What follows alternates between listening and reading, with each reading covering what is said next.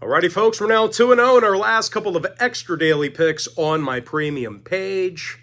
Now, we're also hitting at 75% in our last dozen plays in that same package. Before we go ahead and move on, just want to take a quick timeout and welcome you to my Major League Baseball free pick video here today for Sunday, July 21st, 2024. Happy Sunday to you. Hopefully you're having a great weekend. And of course, my name is Brock Page. I've been dishing out free sports picks right here on YouTube since 2016. Once again, if you end up signing up for that extra daily pick on my premium page, you're going to get access to that membership every single day for the next 30 days. And as an added bonus, you're also going to get access to my daily best play during that time frame, absolutely free. It's going to be included with your purchase. And with that, folks, we're going to dive right into some free content. We're going to take a look at the Brewers squaring off against the Twins, 105 Eastern first pitch. Minnesota's the $1.60 favorite, totals 8 runs. Joe Ryan for the Twins, Aaron Savali for Milwaukee. And, regardless of how Savali throws, the Brewers really have hit the ball well over the past few games. Milwaukee's actually scored 22 total runs in their last 3 outings. They've also had a ton of success against the American League this year. They currently have a .641 win percentage in their interleague games. Now, Christian Yelich bats .320 with an OPS in the 900s. And Bryce Trang stolen 30 bases and has a WAR of 4 even. And they're facing a Minnesota club who took the loss in 5 out of their last 8 Joe Ryan starts. And of course, when I mention WAR, it's wins above replacement average. It's a very non-biased stat. It actually proves your worth. Is your team better with you in the lineup or not? But anyway, we were talking about Joe Ryan. As good as he's been this year on the mound, he does not have a winning record coming into this one, which is kind of a shame here. Now, as far as interleague play goes, the Twins have definitely had their issues with National League opponents this year. They currently have a losing record in their interleague games. Now, injury-wise, Correa, Farmer, Kirilloff, Lewis, and Miranda, they're still on the injury report for the Twins. Keep an eye on them. Sanchez and Dunn for the Brewers. 3 out of Milwaukee's last 4 road games got over the total. They also went 7-3 the over in their last 10 at any location. Now, 3 out of Minnesota's last 4 at Target Field got over the total themselves. Give me the Brewers. Milwaukee plus 1.5 over 8. Had to just spit it out quick. All right, next game. Reds, Nationals, 135 Eastern first pitch. Washington minus $1.20, totals 8.5. Jake Irvin for the Nats, Andrew Abbott for Cincinnati. And both pitchers with some solid numbers on the year. Cincinnati's Andrew Abbott is just 1 win shy of double digits. ERA in the 3s. Meanwhile, Washington's Jake Irvin, he's just 1 strikeout shy of the century mark himself. ERA of 3.49. And out of Irvin's last 13 starts, the under cashed in all of them except for 4. Meanwhile, the Reds have gone 74% to the under this year in all of their Andrew Abbott starts. Give me the under 8.5. All right, next matchup, the Poop Series, Phillies, Pirates. And I don't mean poop because they're bad teams. I explained to you the other day, when the game starts, P, 0-0, P, poop. That's what the scoreboard says. All right, Philadelphia, minus 135, total 9. Tyler Phillips for the Phils, Marco Gonzalez for Pittsburgh. And through 22 innings of work this year, the lefty Gonzalez has looked solid. It's a small sample size, but he's done what he, has to do. He's yet to record a loss, and he's got an ERA of 2.45. Of course, as a team, the Bucks have been red hot over the past 9 games or so. Actually, in their last 9 games, they got the W in all of those contests besides 1. They're facing a sputtering Philly club who lost 4 out of their last 5 themselves. 41 total runs they allowed during that short span. I know this pitching staff has been strong, but over the past handful of games, not that great. And, of course, at the dish, as good as they've been, the Phils do strike out a bit on the road. They're actually fanning over 9.3 times a game in their travels. Now, 3 out of Philly's last 4 road games did stay under the total. They also went 60% to the under in their last 10 gatherings with Pittsburgh. So if you're into historical trends, plenty of unders to go around. Give me the Pirates plus 1.5, under 9. All right, next game, Cardinals, Braves, 1:35 Eastern start time. Atlanta's minus $1.40, totals 8.5. Spencer Schwellenbach for the Braves, Miles Michaelis for the Cards. Now, Michaelis does have a losing record on the season and an ERA in the 5s. But even if he does end up throwing well here today, the Cards have had consistent problems scoring on the road this year. They're a bottom 10 run-producing team in their travels. And they're facing Spencer Schwellenbach, who's got a 1.16 whip, and he does average just about a strikeout an inning. Of course, at the dish, the Braves continue to hit well at Truist Park. They're in the top 5 in the National League in hits per game at home. Marcell Ozuna has the most RBI in the National League, second most homers in the National League as well. And Austin Riley's got the second most runs scored on the team, on-base percentage of .332. Now, total-wise, the Cards saw 4 out of their last 5 Michaelis starts get over the total. They also went 7-3 the over in their last 10 as a team. Give me Atlanta minus 140, over 8.5. Next contest, a little AL East action. I'm talking about the Rays at the Yankees, 1:35 Eastern first pitch. The New York Yankees are minus $1.60, totals 8.5. Marcus Stroman for New York, Shane Baz for Tampa Bay. And when it comes to cashing in on the run line, the Rays have certainly done a nice job away from the trot. As a matter of fact, these guys are cashing in on the run line in 67% of their divisional road games. As far as the Yankees are concerned on the other side, well, completely different story for them. Out of 14 divisional ball games at Yankee Stadium this year, they successfully covered the number in only 35% of those games themselves.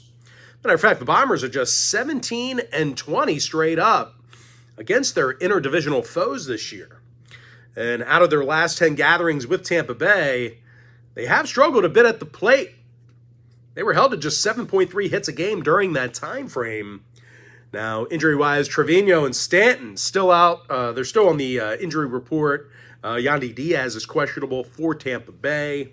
6 out of the Rays' last 10 ball games did fall under the total. Give me Tampa Bay, plus 1.5, under 8.5 runs. Next contest, Tigers, Blue Jays, 1:37 Eastern start time. Toronto's minus $1.60, totals 8 runs. Kevin Gausman for the Blue Jays, Keter Montero for Detroit. And the Tigers have gotten the W in their last 3 straight Montero starts. They actually scored 21 total runs during that span. And out of their last 10 ball games recently, they cashed in on the run line in all of those contests except for one. They're facing a Toronto club who's been pretty bad against the run line themselves, especially at home. They've covered in only 28% of their home games against American League opponents, and a lot of that has to do with poor plate appearances. The Blue Jays are a bottom 5 run-producing team at home in the major leagues, but even if they hit well, they still might have challenges with Kevin Gausman on the bump. The Toronto righties just 7-8 on the season with an ERA of .450. Now, injury-wise, Bichette and Kiner Falefa, they're on the injury report for the Jays, Carpenter and Meadows for Detroit. Give me Tampa Bay, plus 1.5, under 8.5 runs. Next matchup, Mets, Marlins, 1:40 Eastern start time. The New York Mets are minus 145, totals 8.5. Christian Scott for New York, Trevor Rogers for Miami. And Rogers continues to be a disaster for the Marlins. The lefty's 1-9 with an ERA of .472. And even if he throws well, he may not get a ton of run support. The Fish are dead last in the National League in runs per game. And they're going to face Christian Scott, who's shown some good stuff in 43-plus innings. Comes into today's ball game with a solid 1.11 whip. Of course, at the dish, the Mets are absolutely pounding the baseball on the road. They're averaging just about double-digit hits a game in their travels. Pete Alonso leads the club in homers. Brandon Nimmo's got the most RBI. When it comes to the injury list, Starling Marte is still out for the Mets. Dane Myers inactive for Miami. 3 out of the Fish last 4 home games did get over the total. They also went 7-3 to the over in their last 10 at any location. Now, the Mets went 60% to the over in their last 10 themselves, giving the Mets minus 145, over 8.5. Next game, Padres Guardians, 1:40 p.m. East. Cleveland's minus $1.15, totals 8 runs. Ben Lively for the Guardians, Michael King for San Diego. And as good as King's been for the Padres, San Diego certainly had their problems against the American League this year. They currently have a losing record in their interleague contests. And more recently, the Pods took the loss in 7 out of their last 9. They were actually shut out twice during that stretch. They're facing a Cleveland squad who's 31-12 at Progressive Field this year. They've been great at the plate in front of their own crowd. As a matter of fact, the Guardians are in the top 3 in the league in run production on their own field. Stephen Kwan bats .351. That's actually the highest qualifying batting average in the major leagues. And Jose Ramirez, he has the most home runs on the roster. Second most RBI in the entire major leagues as well. Of course, on the mound, Ben Lively's been more than serviceable for the Guardians. The righty's 8-5 with a 1.17 whip. Now, total-wise, the Guardians saw 6 out of their last 9 Ben Lively starts get over the number. Plenty of run support this year for the righty. Give me the Guardians minus $1.15, over 8. Next contest, White Sox Royals, 2:10 p.m. East. Kansas City's minus 235, totals 8 runs. Seth Lugo for the Royals, Drew Thorpe for Chicago.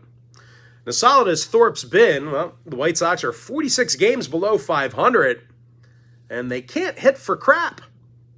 These guys are the lowest run-scoring team in the major leagues. We should see more of the same here today as they face Seth Lugo. The righty's 11-4 with 116 strikeouts. He's also got an ERA of 2.48, along with a 1.09 whip. Now at the plate, the Royals have definitely been crushing the baseball at Kauffman Stadium. They're the second highest run-producing team at home in the league. Bobby Witt Jr. hits .332 and leads the organization in RBI. Salvi Perez is tied for the club lead in home runs. Give me Kansas City minus 1.5, over 8.5 runs. Next game, Diamondbacks Cubs, 2:20 Eastern first pitch. Chicago's minus $1.25, total 7.5. Shota Imanaga for Chicago, Brandon Pfaadt for Arizona. And both pitchers with some pretty good stuff going on this season. Arizona's Brandon Pfaadt, he's got 104 strikeouts and a 1.16 whip. Meanwhile, Chicago's Shota Imanaga, he's 8-2 with an ERA of 2.97. Now, total-wise, more conflicting factors that, make this one tough to handicap. The Diamondbacks saw 7 out of their last 10 ball games get over the total, but the Cubs, on the other side, they actually went 60% to the under in their last 10 themselves. So, unfortunately, I have no free pick for you for that game. Next matchup, Orioles-Rangers, 2:35 East. Now, both teams are minus $1.10, pretty much a coin flip in this one. Totals 8.5. Andrew Heaney for Texas, Dean Kramer for Baltimore. And even though Kramer's win-loss record really isn't all that sexy, he does have a 1.19 whip, and he does average over a strikeout an inning. At the plate, the O's are the highest run-producing team on the road in the major leagues. Gunnar Henderson's got the 3rd most homers in the bigs, 7th highest OPS. Anthony Santander's got 26 home runs himself, leads the organization in RBI. And they're going to face a Ranger club who refuses to win for Andrew Heaney despite some really good outings. Somehow Heaney's just 3-10 on the year. And the Rangers still have a losing record at home against American League opponents. Speaking of home games, the Rangers are definitely having a tough time producing runs at Globe Life Field. They're in the bottom 10 in runs per game in their own stadium. Now, 3 out of the Rangers' last 4 at Globe Life did get over the total. They're also 7-3 to the over in their last 10 at any location. Meanwhile, Baltimore went 60% to the over in their last 10 themselves. Give me the Orioles minus $1.10, over 8.5. Next contest, Giants, Rockies, 3:10 Eastern start time. San Francisco's minus $1.45, totals 10.5. Hayden Birdsong for San Francisco. Austin Gomber for Colorado. Gomber's just 2-6 with an ERA of 4.61. And in addition to being a bottom 10 run scoring team, the Rockies are averaging nearly double-digit strikeouts a game at the plate. They're going to have to deal with Hayden Birdsong, who's got an ERA in the 3s, and he's yet to record a loss. And out of the Giants' last 10 gatherings with Colorado, they've really hit the Rockies pitching well. They've amassed 107 total hits in their last 10 meetings. So once again, if you're into historical trends, certainly want to think about that one there. Now, injury-wise, Luciano's on the report for San Francisco. Bryant, Jones, Amador, and Beck for the Rockies. When it comes to the total, 7 out of Colorado's last 10 ball games got over the line. The Giants, they are 11-4 to the over in their divisional road games. Give me San Francisco minus 145, over 10.5. Next contest, Angels, Athletics, 407 East. Oakland's minus $1.30, totals 9. Joey Estes for the A's.